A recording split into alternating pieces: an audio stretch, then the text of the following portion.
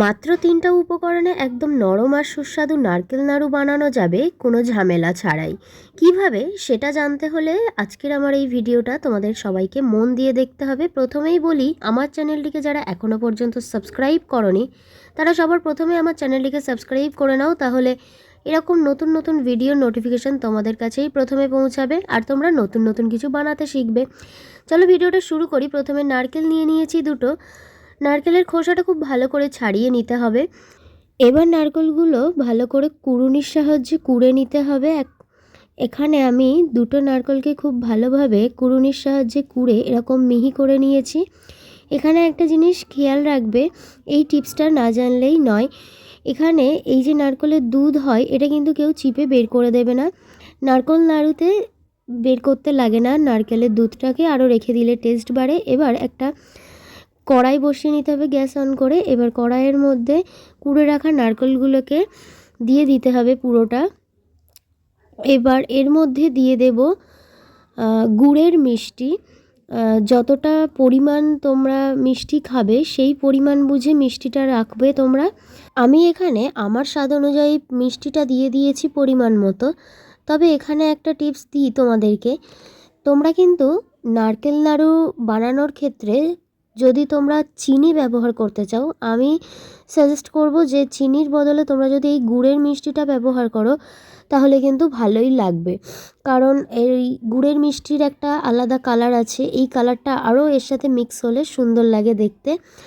তো এটাকে ততক্ষণ ধরে নাড়তে হবে যতক্ষণ না কালারটা ঠিক এই রকম ব্রাউন কালার হয়ে যায়।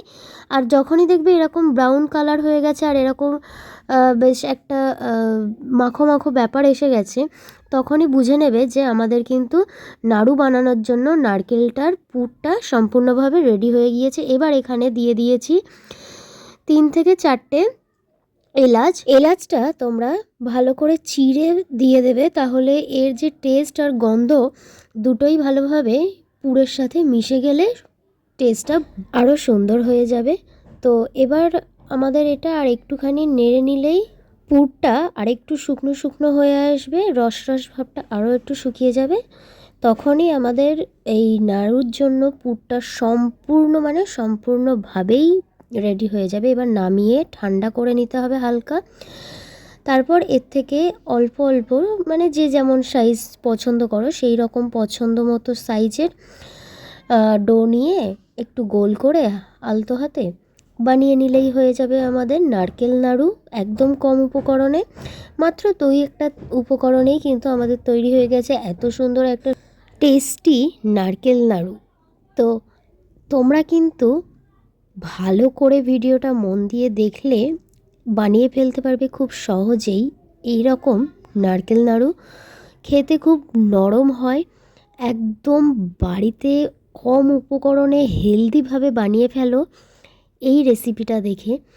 তো যারা আমার চ্যানেলটিকে সাবস্ক্রাইব না করে শুধুমাত্র ভিডিও দেখে চলে যাচ্ছ, তাদের কাছে আমার রিকোয়েস্ট থাকলো, প্লিজ চ্যানেলটিকে সাবস্ক্রাইব করে নাও, তাহলে এরকম সুন্দর সুন্দর রেসিপি তোমাদের কাছে খুব সহজে এবং সবার প্রথমে পৌঁছে যাবে।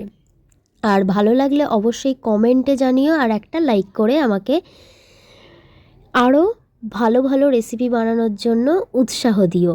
তো আজকের ভিডিওটা এখানেই শেষ করছি। দেখা হচ্ছে আবার একটা নতুন স্বাদের রেসিপির সাথে। আজকের মতো ধন্যবাদ সবাইকে।